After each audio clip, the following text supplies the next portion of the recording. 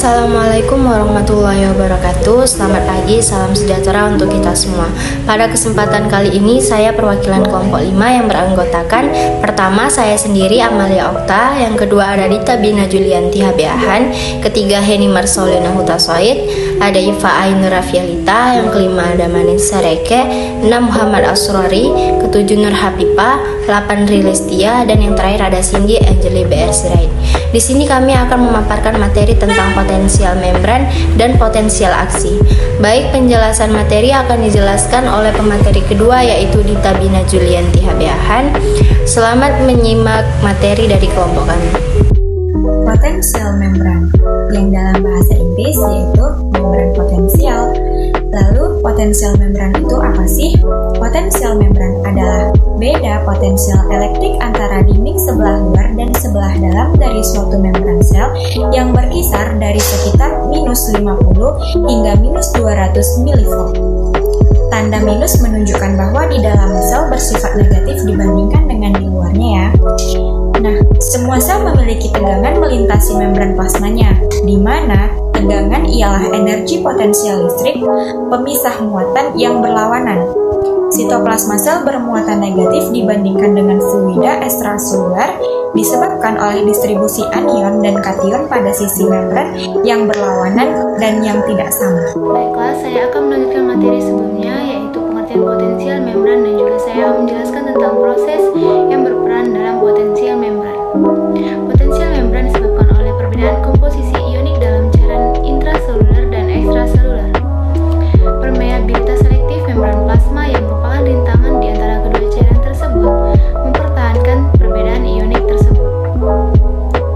Cairan intraseluler dan cairan ekstraseluler mengandung berbagai jenis zat terlarut yang meliputi beragam zat yang bermuatan listrik atau ion. Kemudian, selanjutnya yaitu proses yang berperan dalam potensial membran. Yang pertama yaitu difusi. Difusi terjadi karena sifat membran sel yang semi permeable oleh karena konsentrasi dalam sel yang tinggi. Ion K cenderung berdifusi keluar sel sehingga mengurangi muatan positif di dalam sel dan membentuk elektropositif di luar sel dan elektronegatif di dalam sel. Kemudian yang kedua yaitu transport aktif. Transport aktif terjadi karena adanya pompa Na dan K yang bersifat elektrogenik oleh karena lebih banyak mengeluarkan ion positif atau 3 ion Na akan keluar setiap 2 ion K masuk. Kejadian ini menimbulkan gradien konsentrasi yang tinggi antara ion Na dan ion K untuk modal awal agar terjadi difusi. Kondisi-kondisi potensial membran. Resting membran potensial merupakan potensial membran saat sel saraf berada pada kondisi istirahat, biasanya sebesar min 90 mV. Faktor yang berperan pada resting membran meliputi yang pertama, potensial difusi K sebesar min 94 mV. Yang kedua, ada potensial difusi Na sebesar plus 64 mV. Dan yang ketiga, ada pompa NaK sebesar min 4 mV.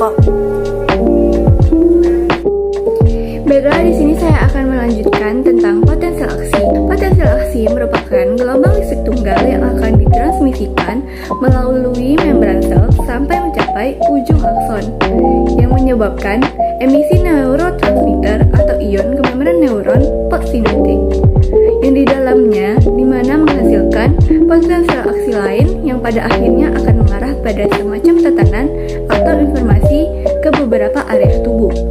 Onsetnya terjadi di kerucut aksonal dekat dengan soma, di mana sejumlah besar saluran nutrium dapat diamati.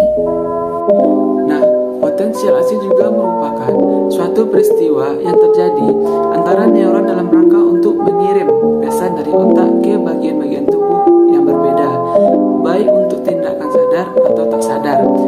Dalam arti sederhana, potensial aksi dapat digambarkan sebagai pulsa listrik pendek yang dibuat di dalam badan sel neuron.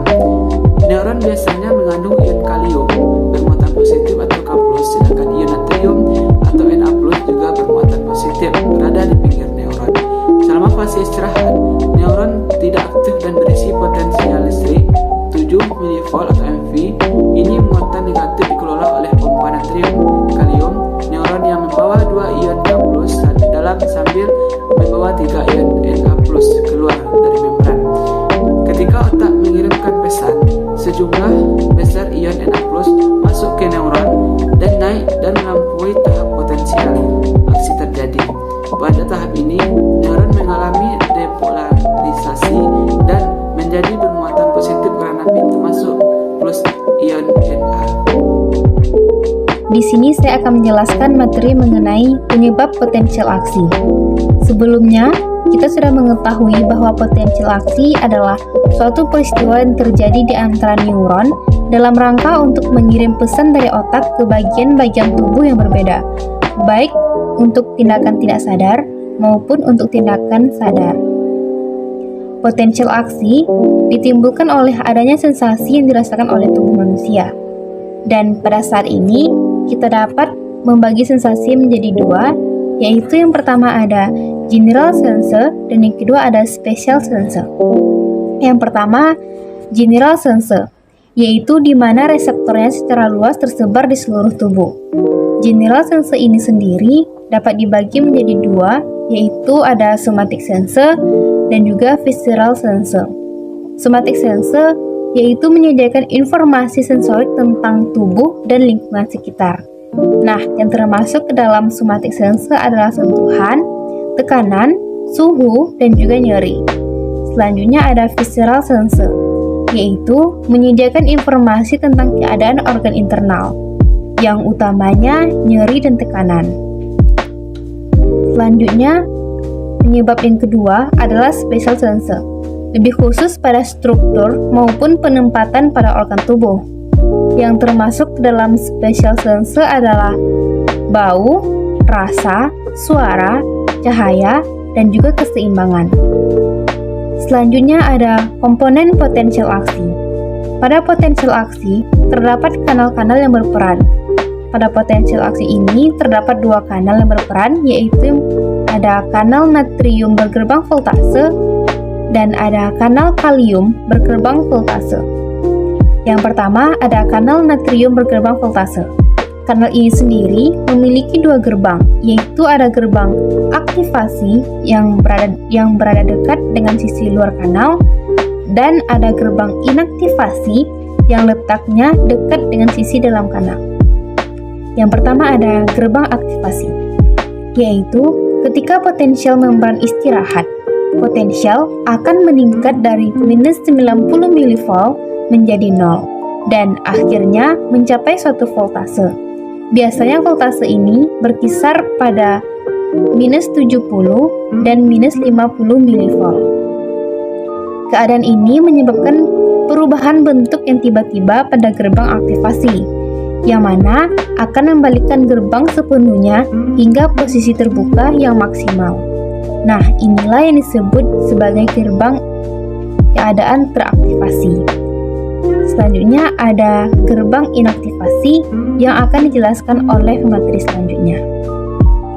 Kemudian selanjutnya yang kedua adalah gerbang inaktivasi. Kenaikan voltase yang sama besarnya dengan yang membuka gerbang aktivasi juga akan menutup gerbang inaktivasi. Gerbang inaktivasi menutup dalam waktu beberapa puluh ribu detik setelah gerbang aktivasi terbuka. Ketika gerbang inaktivasi telah tertutup, ion natrium tidak lagi dapat berdifusi melewati membran. Pada saat inilah potensial membran mulai pulih kembali ke keadaan istirahat. B. Kanal kalium bergerbang voltase. Selama keadaan istirahat, gerbang kanal ion kalium berada dalam keadaan tertutup dan ion kalium terhalangi untuk melewati kanal ini menuju keluar. Kanal kalium hanya terbuka secara bersamaan ketika kanal natrium mulai tertutup akibat inaktivasi. Selanjutnya kita akan membahas mengenai mekanisme potensial aksi. Mekanisme potensial aksi itu terbagi menjadi 4 tahapan. A. Itu tahapan polarisasi, merupakan tahapan potensial membran yang istirahat sebelum adanya potensial aksi. Pada membran negatif itu bernilai sebesar minus 60 MV. Pada sebuah sel, meskipun dalam keadaan istirahat, masih terdapat bedensial di antara kedua sisi membran. B. tahap depolarisasi. Bila sel yang istirahat diberi rangsangan dengan level yang cukup, maka sel tersebut akan berubah ke keadaan aktif. Dalam keadaan aktif, potensial membran sel mengalami perubahan dari negatif menjadi positif di sisi dalam. Keadaan inilah yang dinamakan depolarisasi. Kejadian ini dimulai dari satu titik di permukaan membran dan akan merambat ke seluruh permukaan membran. Pada tahap ini, membran sangat permeabel, sangat reaktif terhadap ion Na+, sehingga kanal Na+ tersebut Na+ akan masuk ke dalam sehingga potensial membran meningkat sehingga terjadi overshoot jika potensial berada di atas 0. C. Tahap repolarisasi. Dalam keadaan repolarisasi, potensial membran berubah dari positif di sisi dalam menuju kembali ke negatif di sisi dalam. Tahapan repolarisasi diawali dari suatu titik dan merambat ke seluruh permukaan membran sel. Bila seluruh membran sel sudah bermuatan negatif di sisi dalam, maka dikatakan sel dalam keadaan istirahat atau keadaan polarisasi kembali dan siap untuk menerima.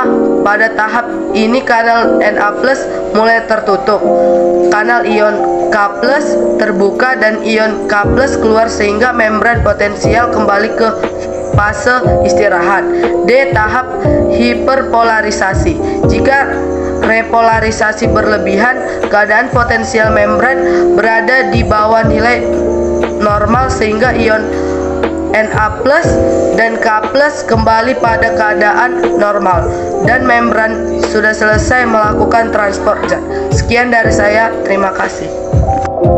Baik, itulah penyampaian materi oleh kelompok kami tentang potensial membran dan potensial aksi. Semoga dapat membantu teman-teman untuk mempelajari tentang potensial membran dan potensial aksi.